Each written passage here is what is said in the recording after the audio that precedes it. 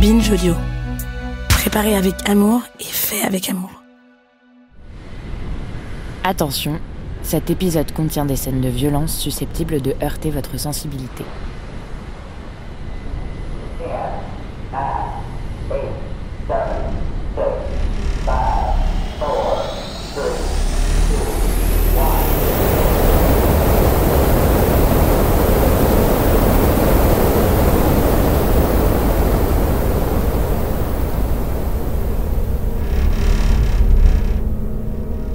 Tout commence en 1986, en Californie.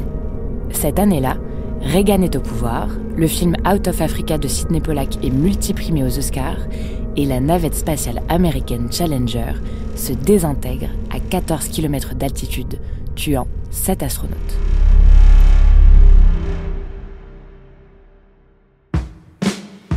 Connaissez-vous l'histoire de Armie Hammer ?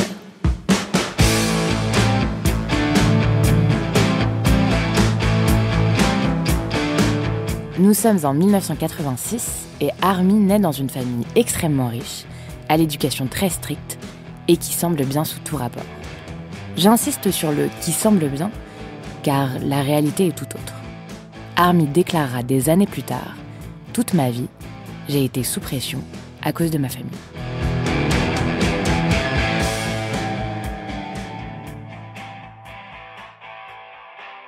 Pour comprendre cette pression qu'il évoque, laissez-moi remonter un peu le temps, quelques générations plus tôt.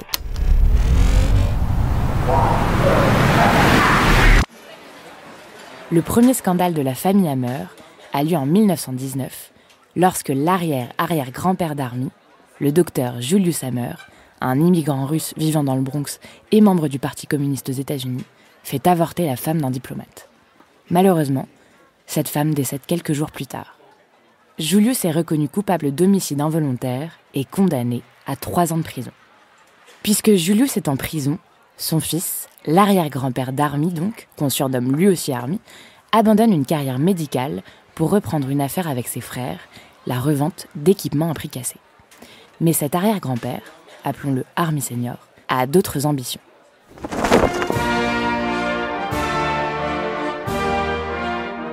Il s'intéresse à l'émergence de l'Union soviétique. Il s'y rend donc, en 1921, officiellement pour aider le gouvernement soviétique à combattre le typhus. En réalité, il est là pour les nombreuses ressources naturelles dont dispose ce pays. Une aubaine pour Armie Senior qui propose aux soviétiques de troquer du blé américain et des médicaments contre des fourrures, du bois, du caviar et des pierres précieuses. Pendant plusieurs années, il s'enrichit de ce trafic, mais doit revenir aux États-Unis avec l'arrivée au pouvoir de Staline.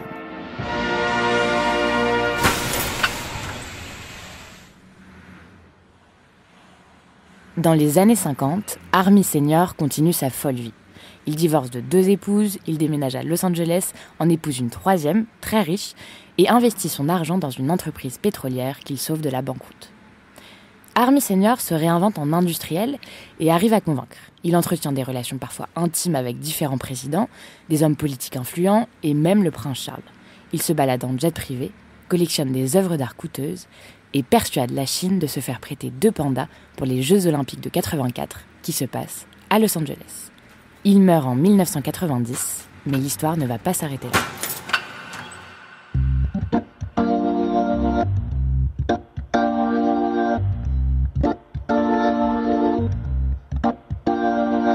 Le deuxième scandale de la famille Hammer arrive, quelques années plus tard, en 1996.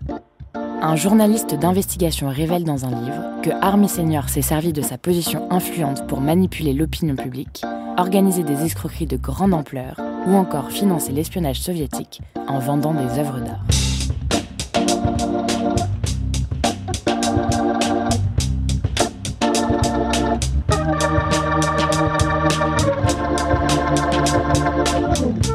Armie Senior mettait sur écoute son bureau et sa maison, ainsi que ses boutons de manchette, pour enregistrer des décennies de conversations. Il se baladait régulièrement avec une mallette remplie d'argent pour finaliser des affaires rarement légales et a été accusé de financer la campagne de réélection de Richard Nixon. On pouvait lire dans les colonnes de New York Times qu'il aurait aidé à payer la dissimulation du Watergate, cette affaire d'espionnage politique qui a abouti à la démission de Nixon en 1974.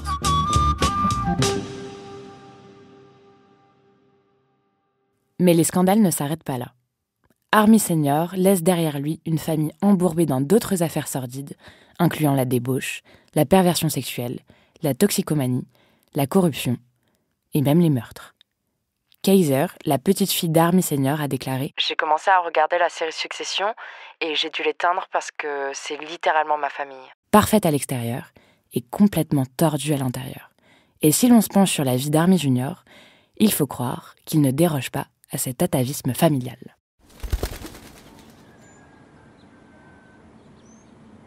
Sans doute pour échapper à ce modèle de famille particulièrement étouffant, le petit Army prend très tôt pour modèle un garçon très casse-cou, Tom Sawyer. Il passe ses journées à monter aux arbres, muni d'une machette, prêt à affronter et venger un monde hostile. Enfant, il veut être chauffeur routier pour sillonner les routes à bord d'un gros camion. Ado, il est toujours aussi turbulent.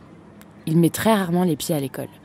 Et lorsqu'il se décide à y aller, il a la bonne idée de mettre le feu au lycée.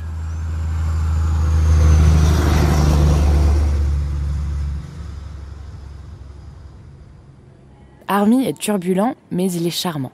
Toujours aussi blond, toujours aussi beau gosse, à l'âge de 19 ans, avec sa gueule d'ange, il se tourne vers le cinéma. La rumeur dit que sa famille l'aurait déshérité en apprenant qu'il voulait faire carrière dans ce milieu. Mais Army vit sa vie et commence à tourner des petits rôles dans des séries, Arrested Development, Veronica Mars, Gossip Girl ou encore Desperate Housewives.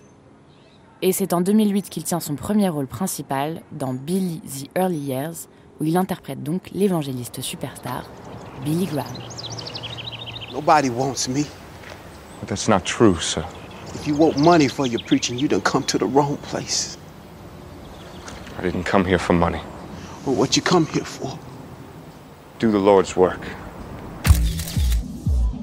Il se révèle au grand public en 2010 grâce à son interprétation des frères Winklevoss dans The Social Network de David Fincher.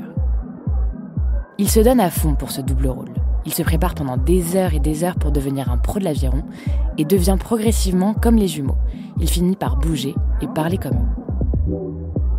Malgré ce succès, il enchaîne les flops au box-office, même en jouant pour Clint Eastwood ou en ayant pour partenaire Julia Roberts et Johnny Depp.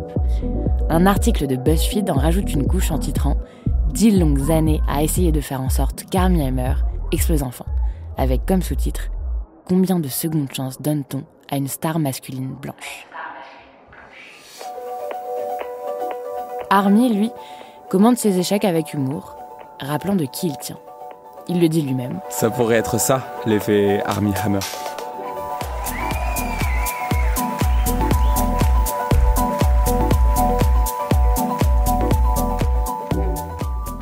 Il faut attendre 2017 pour que Armie soit enfin reconnu aux yeux du public et de la profession. Le réalisateur italien Luca Guadagnino, qu'il avait repéré dans The Social Network, le caste dans son nouveau film Call Me By Your Name, pour qu'il interprète un homme qui vit une histoire d'amour intense avec un autre homme, joué par la future star d'Hollywood, Timothée Chalamet.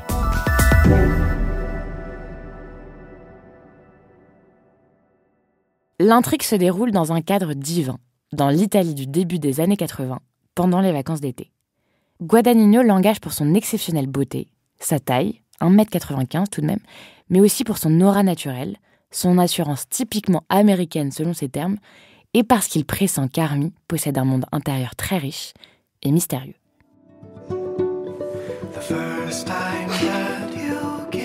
Is there anything you don't know? You only knew how little I know about the things that matter. What things that matter? You know what things.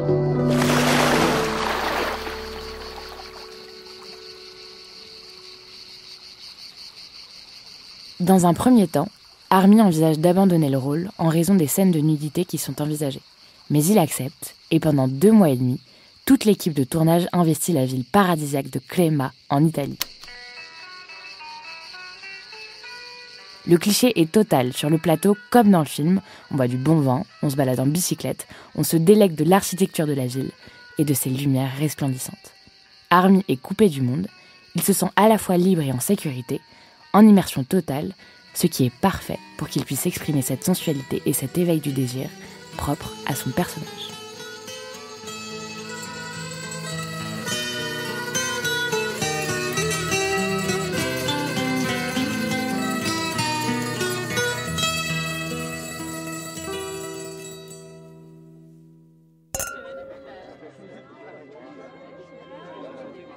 Le film est un énorme succès, à la fois critique et commercial. Lors de sa première au festival de Sundance, il reçoit une standing ovation. Il est ensuite applaudi pendant une dizaine de minutes lors de sa présentation au festival de New York. The Guardian classe Call Me By Your Name, meilleur film de l'année 2017. Armie devient en quelque sorte le gendre idéal. Il enchaîne les rôles, se produit à Broadway, se marie, a 2 enfants, dont un qu'il appelle Armand, et alimente sa vie parfaite sur ses réseaux sociaux. Jusqu'au lundi 10 janvier 2021, où tout s'écroule.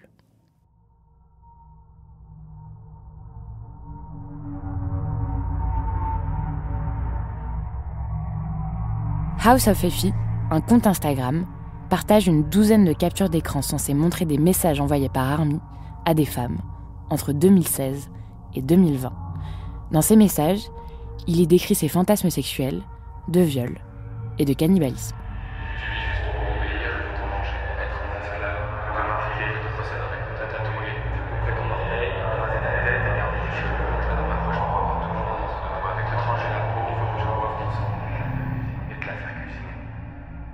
L'affaire devient virale, notamment sur Twitter.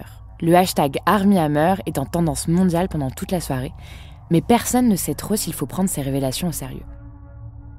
Avec la publication de ces messages, une interview donnée à Playboy en 2013 refait surface, dans laquelle il décrit ses préférences sexuelles, se qualifiant lui-même d'ancien amant dominant. En fait, j'aimais attraper le cou, les cheveux, tout ça.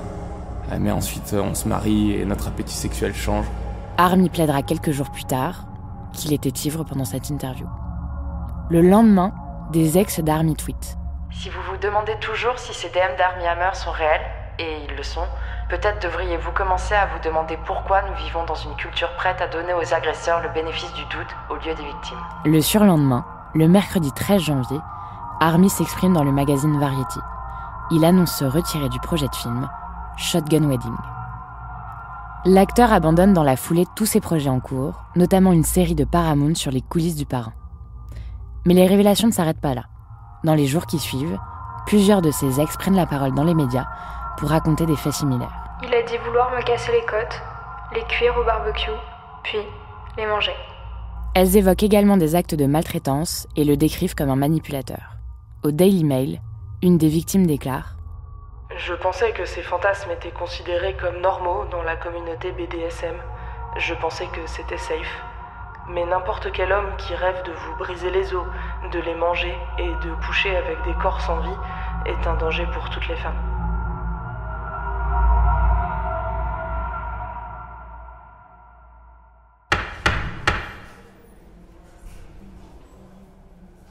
Le 18 mars 2021, soit 2 mois plus tard, une victime nommée Effie accuse Armie de viol et de violence qui se seraient déroulés 4 ans plus tôt, en 2017.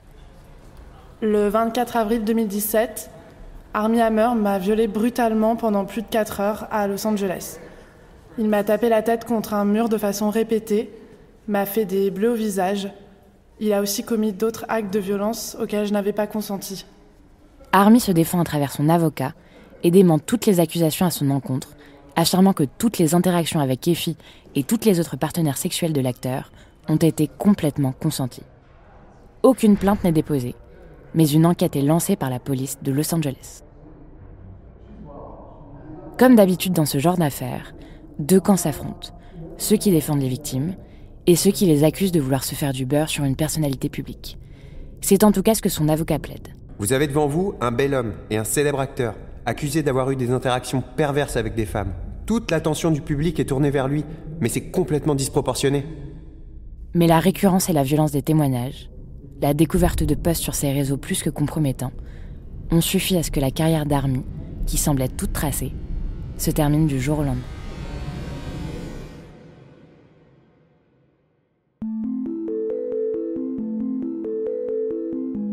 Vanity Fair a publié une longue enquête sur Armie, mais également sur toute la dynastie Hammer. Discovery Plus a sorti il y a quelques mois une série en 3 parties, House of Hammer. Kaiser Hammer, la tante d'Armie, très présente dans le documentaire, a dit vouloir révéler le côté sombre et les secrets les plus tordus de la famille. En 2015, elle avait raconté les abus sexuels de son père pendant son enfance dans un livre. Armie vit désormais loin d'Hollywood. Il a été totalement gommé du dernier film dans lequel il a joué, Mort sur le Nil. Il travaillerait aujourd'hui pour le Morit, un établissement hôtelier situé dans les îles Caïmans. Un job qu'il aurait accepté car il a besoin d'argent. Les femmes qui l'ont accusé de violence ne se sont jamais rétractées et ont affirmé qu'elles l'ont fait pour faire poids, pour tenir Armie responsable de ses actes et pour ouvrir le débat sur la question du consentement. L'histoire d'Armie Hammer est la chute de l'une des stars de cinéma qui était le plus en vogue à Hollywood. Il n'était certes pas le premier de sa famille à avoir agi contre tout principe, il se pensait sans doute intouchable, comme tous ceux de sa lignée, mais il a été le premier à en subir les conséquences publiques. Quand il a été aperçu au comptoir de son hôtel, certains ont pu commenter la présence de nouveaux tatouages. Il y en avait un où apparaissait le mot « chaos ». Un ami à lui a déclaré à juste titre « Je suis assez convaincu qu'il y est parvenu ».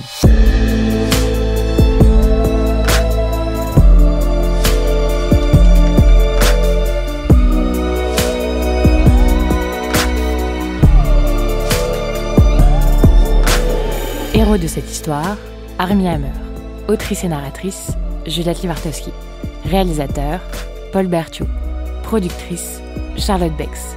Recherchiste, Cyrine Azouaoui.